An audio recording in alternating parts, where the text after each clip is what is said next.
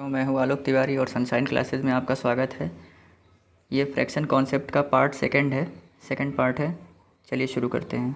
तो आज का हम लोग का पहला टॉपिक है इक्विवेलेंट फ्रैक्शन। इक्विवेलेंट फ्रैक्शन, ठीक है बच्चों। अब इक्विवेलेंट फ्रैक्शन क्या होता है इसके बारे में थोड़ा समझते हैं। जैसा देखिए नाम से ही पता चल रहा है, इक्वल और वैल्यू, यानी ये जो बना है इक्वल और वैल्यू को मिला करके बना है। यानी ऐसे फ्रैक्शंस जिसको सॉल्व करने पर वापस ओरिजिनल वैल्यू हमको मिल जाती है, ऐसे फ्रैक्शन को हम लोग इक्विवेलेंट फ्रैक्शन कहते हैं। जैसे मान लीजिए एग्जांपल की बात की जाए, कहा जाए दिया रहे 2/3। क्वेश्चन में कुछ इस तरह से दिया रहेगा। क्वेश्चन कह देगा right 4 equivalent fraction of the following, ऐसे कह के कहेगा क्वेश्चन। तो कह देगा राइट 4 इक्विवेलेंट फ्रैक्शन ऑफ 2/3। मान लीजिए राइट 4 इक्विवेलेंट फ्रैक्शन ऑफ 2/3। तो हम लोग कैसे करेंगे, देखिए बहुत ही सिंपल है बच्चों। जैसे मान लीजिए फर्स्ट EQF निकालना है, फर्स्ट EQF मतलब इक्विवेलेंट फ्रैक्शन, शॉर्टकट में मैं लिख रहा हूँ, समझिएगा। तो 2/3 है, तो करना कुछ नहीं, ध्यान समझिएगा। फर्स्ट EQF निकालना है ना, तो फर्स्ट निकालने के लिए हम लोग न्यूमरेटर और डिनोमिनेटर दोनों में 2 से मल्टीप्लाई कर देंगे। तो 2 2 जा 4 और 3 2 जा 6। सेम इसी तरह सेकेंड EQF निकालना है। सेकेंड EQF कैसे निकालेंगे, तो इसमें भी वही काम। फर्स्ट निकाल रहे थे तो 2 से मल्टीप्लाई, सेकेंड निकालेंगे तो 3 से मल्टीप्लाई। तो 2 3 जा 6 और 3 3 जा 9।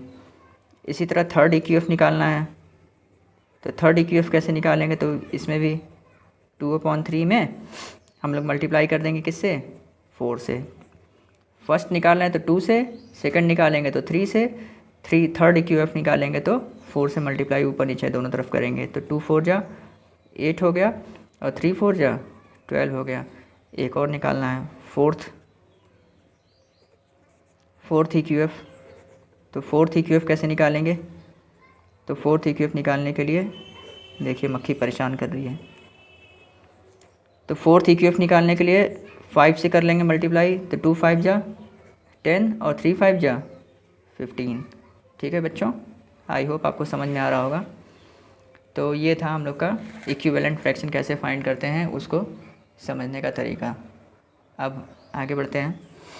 अब अगला हम लोग का जो टॉपिक स्टार्ट करने जा रहा हूँ, मैं बताने जा रहा हूँ आपको, ये फ्रैक्शन का बहुत ही ज़्यादा इंपॉर्टेंट टॉपिक होता है बच्चों, ठीक है। तो अगला टॉपिक हम लोग का है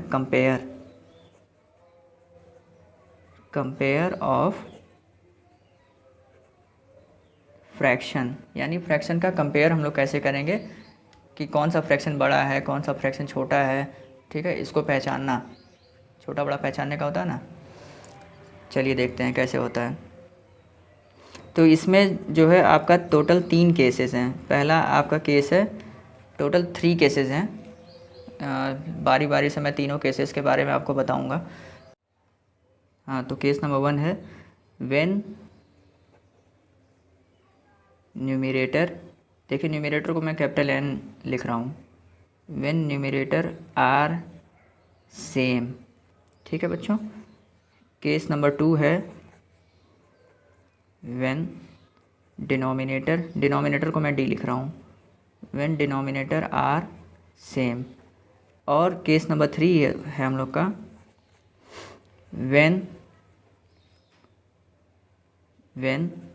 both numerator and denominator are not same. यानी केस नंबर 1 में मैंने ये बताया कि अगर न्यूमरेटर सेम रहेगा तो क्या होगा, तो फ्रैक्शन का कंपैरिजन कैसे होगा। केस नंबर 2 के हिसाब से अगर डिनोमिनेटर अगर दोनों में सेम रहता है तो कैसे पता लगाएंगे।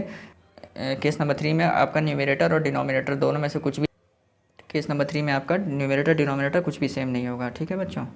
चलिए बारी बारी से तीनों केसेस के बारे में जानते हैं।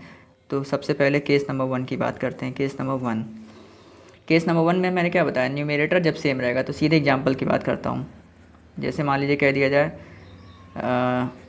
5/3, न्यूमरेटर सेम रहेगा और 5/8। तो ऐसे केस में क्या होगा, देखिए 5/3 दिया और 5/8 है, यहाँ पर भी न्यूमरेटर 5 है, यहाँ पर भी न्यूमरेटर आपका 5 है, ठीक है बच्चों। तो तो ऐसे केस में क्या होता है, जब न्यूमरेटर सेम रहता है तो जिसका डिनोमिनेटर बड़ा रहेगा, देखिए 3 है और यहाँ 8 है, जिसका डिनोमिनेटर बड़ा रहेगा वो फ्रैक्शन उतना ही छोटा होगा। जिसका डिनोमिनेटर बड़ा वो फ्रैक्शन उतना ही छोटा। कब? जब न्यूमरेटर सेम रहेगा।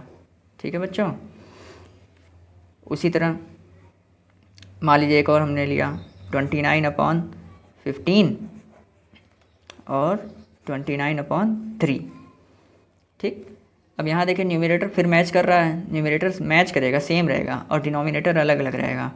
तो यही हम लोग का केस नंबर 1। तो यहाँ देखिए 15 है और 3 है, तो मैंने क्या बताया, जिसका डिनोमिनेटर बड़ा वो फ्रैक्शन उतना ही छोटा, यानी 29/15 इज क्या हो जाएगा, छोटा हो जाएगा। 29/15 इज़ लेस देन 29/3।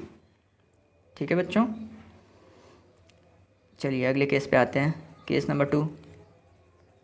तो केस नंबर 2 में मैंने क्या बताया, केस नंबर 2 में बताया व्हेन डिनोमिनेटर आर सेम, अगर डिनोमिनेटर मैच करेगा तो क्या होगा। जैसे मान लीजिए दे दिया जाए 7/5 और 18/5। तो यहाँ पर देखिए डिनोमिनेटर दोनों जगह का क्या है, सेम है। एक का डिनोमिनेटर 5, इसका भी डिनोमिनेटर 5 है, न्यूमरेटर अलग अलग है। तो ऐसे केस में क्या होता है, जिसका डिनोमिनेटर जब मैच करता है तो जिसका न्यूमरेटर बड़ा रहेगा वही फ्रैक्शन बड़ा होगा।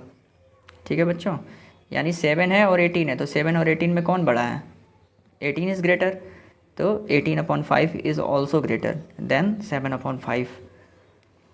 एक एग्जांपल और लेते हैं, जैसे मान लीजिए कह दिया जाए 55/18 और 27/18। देखिए न्यूमरेटर दोनों जगह मैच कर रहा है, यहाँ पर भी 18 है और यहाँ पर भी 18 है। तो जिसका न्यूमरेटर बड़ा होगा, whose numerator is greater then the fraction is also greater. तो 55 है और 27 है, तो 55 ऑब्वियसली बड़ा है, तो इसलिए 55/18 जो है ग्रेटर फ्रैक्शन होगा। ठीक है बच्चों, उम्मीद है समझ में आ रहा होगा। अगर वीडियो समझ में आ रही होगी तो प्लीज़ लाइक करिएगा, शेयर करिएगा, और अगर कोई सजेशन हो या कुछ पूछना हो तो कमेंट बॉक्स में पूछिएगा। चलिए आगे बढ़ते हैं।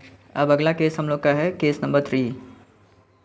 केस नंबर 3, इसमें मैंने क्या बताया, इसमें मैंने ये बताया कि व्हेन कुछ भी नहीं सेम, व्हेन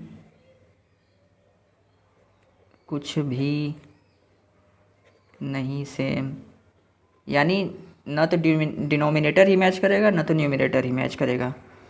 तो यही हम लोग का केस नंबर 3 है, और अक्सर एग्जाम में इसी टाइप का पूछा जाता है क्वेश्चन। जैसे मान लीजिए कह दिया जाए 5/7 और 3/8। देखिए न्यूमरेटर भी मैच नहीं कर रहा है, यहाँ पे 5 है न्यूमरेटर, यहाँ पे 3 है, यहाँ पे डिनोमिनेटर 7 है और यहाँ पे डिनोमिनेटर 8 है। ठीक है बच्चों, तो कैसे पता चलेगा कि कौन सा फ्रैक्शन बड़ा है कौन सा छोटा। अगर न्यूमरेटर मैच करता था तो बताए थे हम, डिनोमिनेटर मैच करता है तो भी बता चुके हैं। अब यहाँ पे कुछ भी जब नहीं मैच कर रहा है तो हम लोग यहाँ पे करेंगे क्रॉस मल्टीप्लाई, यानी इस 5 का इस 8 के साथ मल्टीप्लाई करेंगे और इस 7 का इस 3 के साथ मल्टीप्लाई करेंगे। तो चलिए करते हैं। तो यहाँ से 5 8 जा 40 और 7 3 जा 21। अब यहाँ से ऑब्वियसली पता चल जाएगा कि यहाँ देखिए 40 आ रहा है, यहाँ 21 आ रहा है, तो 40 बड़ा होता है 21 से। ठीक है, तो इसका मतलब हम लोग ये बात कह सकते हैं कि 5/7 इज़ ग्रेटर देन 3/8।